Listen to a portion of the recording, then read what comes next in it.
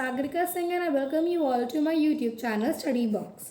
आज हम लोग करेंगे क्लास 12th का यूनिट 3 के पार्ट ए का first chapter that is national flag of India and it's symbolic significance.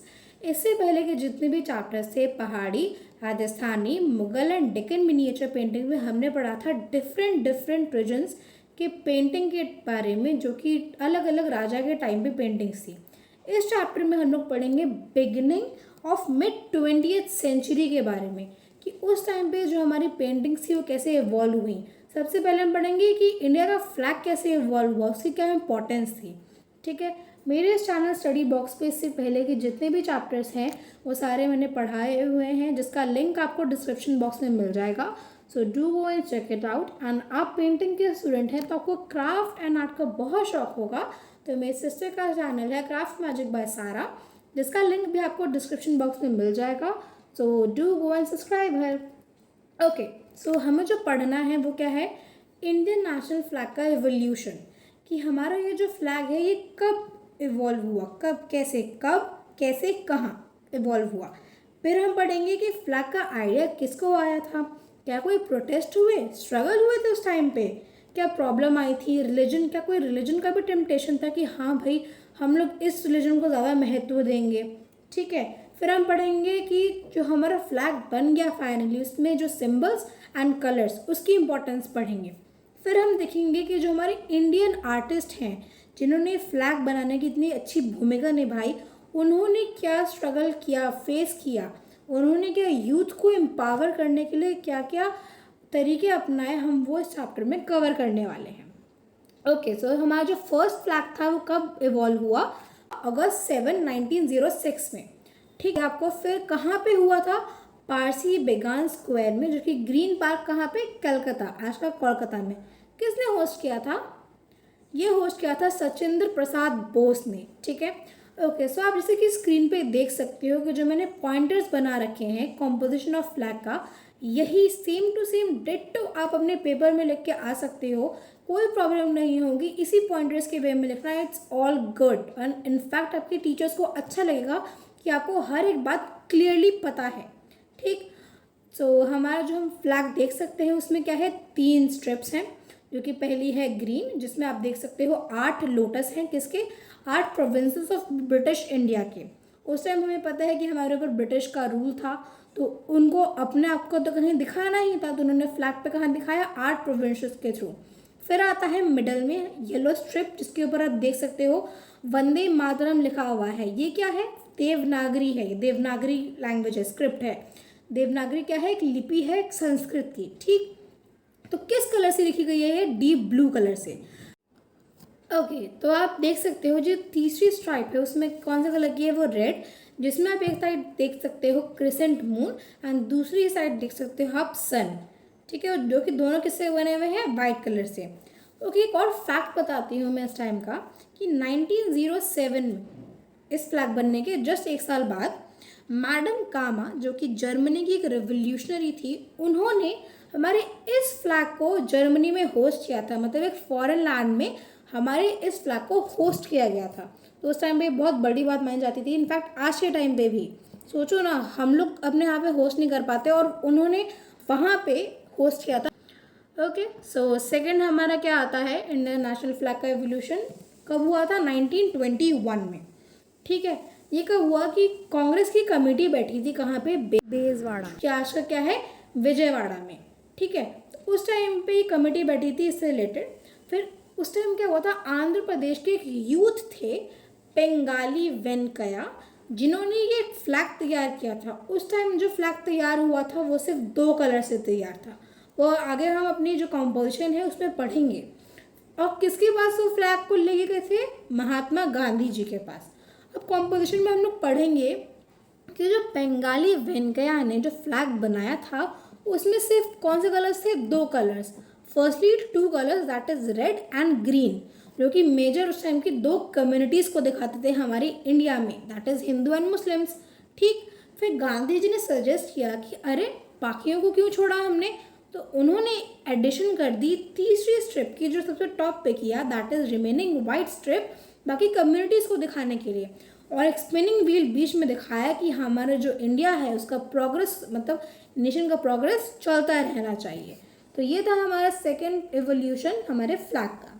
अब आते हैं हम लोग थर्ड एवोल्यूशन पे, ठीक है। अच्छा हाँ, एक और बात, जो हमारा फ्लैग था ना ये 1921 वाला, उस टाइम पे क्या हुआ था, मई 1923 में जो लोग थे ना उन्होंने प्रोटेस्ट किया था किसके खिलाफ, कि भाई उनको तिरंगा जो उस टाइम जो झंडा था उसको लहराना था। बट उस टाइम पे लोगों को, बहुत सारे लोगों को अरेस्ट भी कर लिया गया था उसी सेम चीज़ के लिए, ठीक है। तो ये बस एक्स्ट्रा नॉलेज थी। ओके, सो हमारा जो थर्ड एवोल्यूशन हुआ था जुलाई 22, 1947 में, ठीक है। इस टाइम पे क्या हुआ था, कांग्रेस की फिर एक कमेटी बैठी थी, कहाँ पे, कराची में 1931 में, जहाँ पे ये बोला गया था कि इस बार कोई भी रिलीजियस टेम्पटेशन, मतलब कि कोई भी रिलीजियस कम्युनिटीज़ को हम अपने झंडे में नहीं दिखाएंगे, ठीक है। फिर कॉन्स्टिट्यूएंट असेंबली ने हमारा जो तिरंगा है उसको कब अडॉप्ट किया, जुलाई 22, 1947 को। कैसे, as a free Indian national flag. ये हमारा जो हिंदुस्तान है वो फ्री इंडिया हो चुका है, तो उसके तौर पे इसको अडॉप्ट किया गया था। फिर इसी कॉम्पोजिशन हम लोग पढ़ेंगे, 3 स्ट्रिप्स हैं, सैफ्रॉन, वाइट एंड ग्रीन, ठीक है। मिडल में आप देख सकते हो धर्म चक्रा है। धर्म चक्रा कहाँ से लिया गया, हमें पता है कि अशोका का जो टाइम था मॉडर्न एम्पायर, वो 3rd सेंचुरी BC का टाइम पीरियड था। तो वहाँ से जो ये अशोका चक्र है ये वहाँ से लिया गया। इन प्लेस ऑफ कस को हटा करके, पहले हमने देखा था उस पर स्पिनिंग व्हील था, अब उसको हटा दिया गया, अब हमें लिया गया अशोका चक्र। एंड उसके साथ उसको धर्म चक्र भी कहते हैं, ठीक। एंड डीप ब्लू कलर से है, जिसके ऊपर क्या है, 24 स्पोक्स हैं। अब हम इसी अपने जो फ्लैग है उसके बारे में हम लोग उसकी इम्पोर्टेंस पढ़ेंगे। इसको एज इट इज़ आपको याद करना है कि जो कलर्स हैं उसकी बस इम्पोर्टेंस है कि सैफ्रॉन से हमें करेज एंड सैक्रिफाइस पता चलता है, वाइट से ट्रूथ एंड पीस, ग्रीन से फेथ एंड शिवलरी, एंड धर्म चक्र से क्या है, प्रोग्रेस ऑफ आवर नेशन, की हमारा जो नेशन है भारत है उसको चलते ही रहना चाहिए। और 24 स्ट्रोक से पता चलता है हमें 24 आवर्स ऑफ प्रोग्रेस, ये हमारा जो भारत है उसका प्रोग्रेस हमेशा चलता रहना चाहिए। Hello everyone, this is me Sagarika Singh and this is my Telegram channel study box, जहाँ पे आपको पेंटिंग एंड जल्दी ही बाकी सब्जेक्ट से रिलेटेड स्टडी मटेरियल मिल जाएगा, जैसे कि उसके डिटेल एक्सप्लेनेशन एंड उसके साथ साथ उनके नोट्स और तो और उनके इंपॉर्टेंट क्वेश्चंस भी आपको मेरे टेलीग्राम चैनल पे मिल जाएंगे, जिसका लिंक आपको डिस्क्रिप्शन बॉक्स में मिल जाएगा। So do go and check it out and या subscribe to my Telegram channel. Thank you.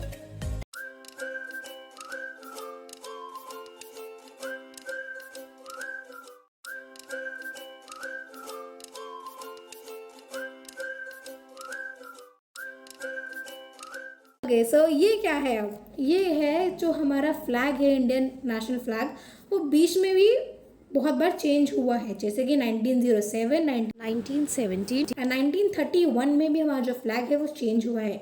ये आपके सिलेबस में नहीं है, बस ये एक्स्ट्रा है कि आपको अगर पढ़ना है कि हाँ मतलब कब कब और चेंज हुआ क्या हमारा फ्लैग, तो येस हुआ था चेंज। तो इसके बारे में डिटेल डिस्क्रिप्शन है, आप चाहो तो इसका स्क्रीनशॉट ले सकते हो, वरना it's up to you. Okay, so अब हम पढ़ेंगे कंट्रीब्यूशन जो हमारे इंडियन नेशनल आर्टिस्ट ने किया था हमारे नेशनल फ्रीडम मूवमेंट में, तो अब हम वो कवर करेंगे।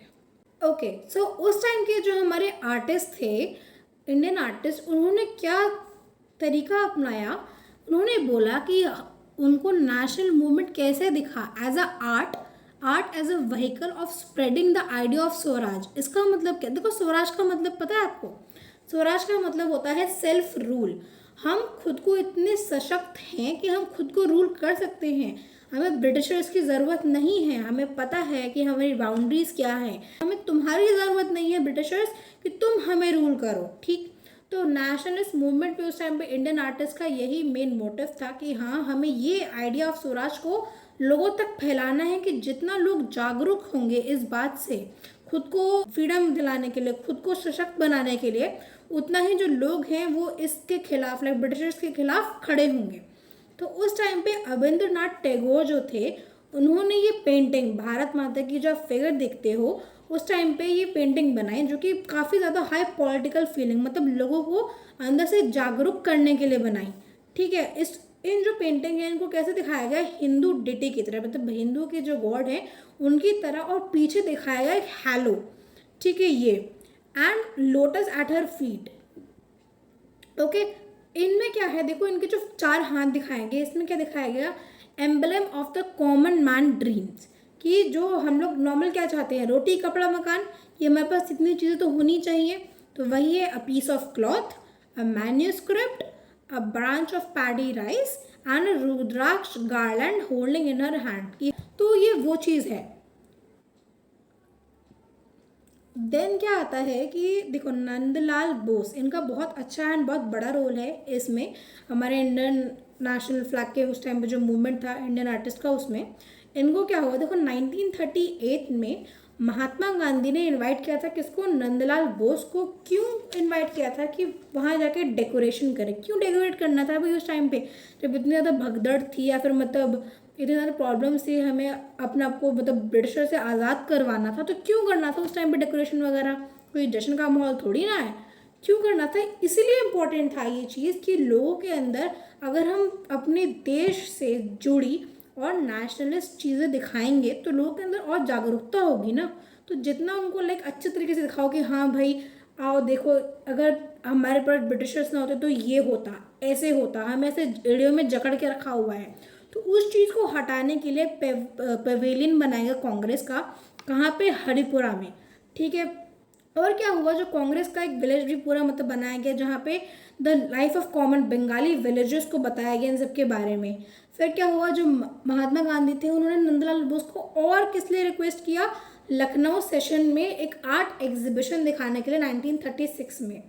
और फिर क्या है, क्योंकि ये ना डेट्स हैं, कुछ 3 डेट्स हैं, अभी मैं दोबारा इसमें रिपीट कर दूंगी, जहाँ पे क्या बोला गया कि टाउनशिप और फैजापुर, वहाँ पे टाउनशिप पूरे हर चीज़ को डेकोरेट करना, कि जितना से जितना हो सके हम जो है लोगों से कनेक्ट करेंगे, लोगों को बताएंगे कि आओ हमारे साथ इस मूवमेंट में जुड़ो, हमें ब्रिटिशर्स से आज़ादी दिलवाने में जुड़ो हमारे साथ। तो यही सारे सेशंस थे जिसके थ्रू पता चला। पहला सेशन 1938 में हुआ, जब महात्मा गांधी जी ने नंदलाल बोस को बुलाया कांग्रेस पवेलियन पे at Haripura session, first. Second कब हुआ, लखनऊ सेशन 1936 में, जहाँ पे उन्होंने क्या बोला, आर्ट एग्जीबिशन को सेटअप करने को, सेकंड। थर्ड कब हुआ, फैजापुर में, जहाँ पे उनको बोला गया नंदलाल बोस को कि डेकोरेट करो टाउनशिप को, मतलब टाउन को डेकोरेट करो। क्यों, क्योंकि कांग्रेस उस टाइम कांग्रेस सेशन हुआ था 1937 में, जिससे कि क्या हो, क्लोज कॉन्टैक्ट आ जाए किसके साथ, नेशनल मूवमेंट के साथ लोगों का। अब आता है कि ऐसा करने की ज़रूरत क्यों थी, आर्टिस्ट ने ऐसा क्यों किया। आर्टिस्ट ने क्यों किया, क्योंकि उनको स्प्रेड करना था, एडुकेट करना था पीपल को हमारे हिंदुस्तान के बारे में, अपना रिच कल्चरल हेरिटेज जो है। ऐसा होता है ना कि मतलब बाहर के लोग आ रहे हैं तो हम उसकी चीज़ों को अडॉप्ट किए जा रहे हैं, अपनी चीज़ भूल नहीं रहे हैं। तो वो चीज़ को हटाने के लिए वो अपने जो भारत है, भारतीय संस्कृति जिसको कहते हैं, उस चीज़ को हमेशा अपने साथ रखने के लिए। फिर क्या है, take their mind and souls away from thoughtless British art, कि ब्रिटिश की जो आर्ट है उनके तौर तरीकों से, उनके कल्चरल से, उनके इन्फ्लुएंस से हम सबको अपने आप को दूर रखना, उसके लिए जो आर्टिस्ट है उन्होंने कंट्रीब्यूशन किया। ओके, सो यहाँ पे आपका चैप्टर कंप्लीट है। नेक्स्ट में हम लोग क्या पढ़ेंगे, बंगाल स्कूल के बारे में, कि पेंटर्स ने, स्कल्पचर्स ने, पोएट्स, म्यूजिशियन, इन्होंने क्या रोल था, इन्होंने कैसे जो हमारा नेशनल मूवमेंट है इसको कैसे प्रभावित किया, क्या भूमिका निभाई, तो वो सब हम पढ़ेंगे नेक्स्ट चैप्टर में, ठीक है। वेल, ये रहा इसका detail description.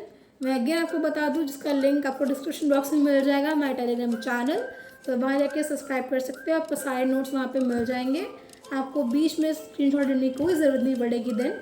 And yes, with this our chapter is completed. I hope you like the video and thanks for watching.